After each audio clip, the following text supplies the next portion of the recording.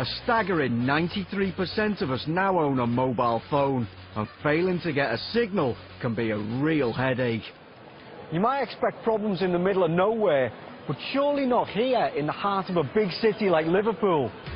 So what sort of places do you find that the signal drops out? Shops. Yeah, inside shops. Yeah, in shopping centres.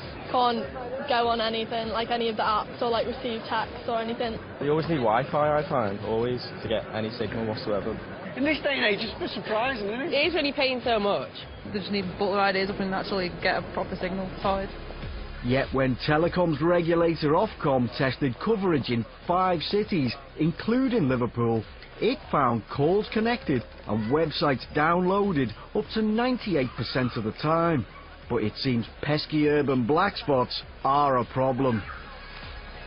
A survey of 2,000 mobile phone users found 40% of them struggled with black spots in cities, and Liverpool had the most complaints. Paul Carter runs the wireless company that carried out that survey. Today, Paul and his team are testing the service provided in Liverpool by the UK's Big 4 operators, and they're using some pretty nifty kit. So what we have right here are 6 different phones that allows us to test the different wireless networks. We have some that are testing the voice networks, and some are testing the packet data networks, the access to the internet. And they're being controlled by this tablet so that we can figure out how many calls were successful and how many failed and how many dropped and so on. Up to 16% of the time, the researchers found they were in areas of poor or no coverage, and the worst black spots were found at some of Liverpool's main train stations, its most popular tourist spots, and inside some of its shopping centres. How's the signal looking? The signal level has dropped quite dramatically, and the last test that we just did failed, so very poor coverage because it just wasn't able to set up that call. We're right in the middle of the city centre, really. You wouldn't expect that, would you?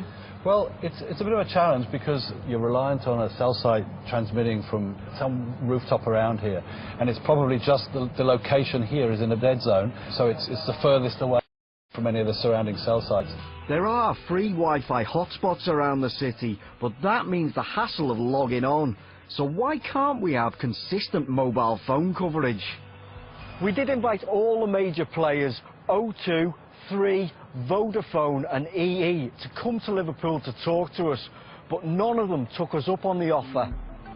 In statements, they all said they're investing billions in improving the network and their services. And they all agree on what's needed: more city centre phone masts to improve coverage. And that's where they want more help from the government.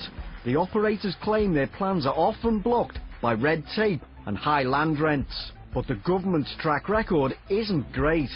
5 years ago, they trumpeted plans to boost network coverage in rural areas. But Minister for the Digital Economy, Ed Vaizey, has had to admit that didn't deliver. You've had one bite of the cherry with the £150 million project. Why is it going to be any different in the future? Well, I think it's important that government admits when things don't go as well as they might have done, and we found lots of difficulties in getting planning permission. We had some communities who actually didn't want the mast at all. We learned a lot from that project, and we're going to see really improved mobile coverage over the next 2 years. Are you surprised that there's still black spots in major cities like Liverpool? I think we've got very good coverage in all of our cities, but we can and we must do more, which is why we want to make, for example, government buildings available so that mobile operators could put their masts on quite cheaply to increase the coverage. Now, you're a man who people need to contact quite readily. Do you ever find that you've got no mobile phone signal? On the way to this interview, I dropped a phone call. So no one's immune to poor coverage. The mobile operators have promised to halve the number of black spots within a year. So we'll be giving them a call to see if they've delivered.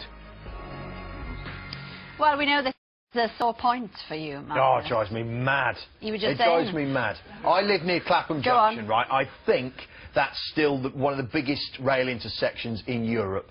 Can't get a signal there. Can't get it. And mostly it's people lobbying against it, going, oh, yes, Joshua's asthma got much worse after we switched to O2. Just nonsense. Nonsense. Put them up everywhere. Even on the train.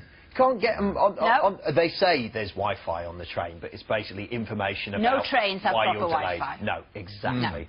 I just got back from Vietnam. right, I rode 500 kilometres on a motorbike through the Central Highlands. Oh. Coverage everywhere.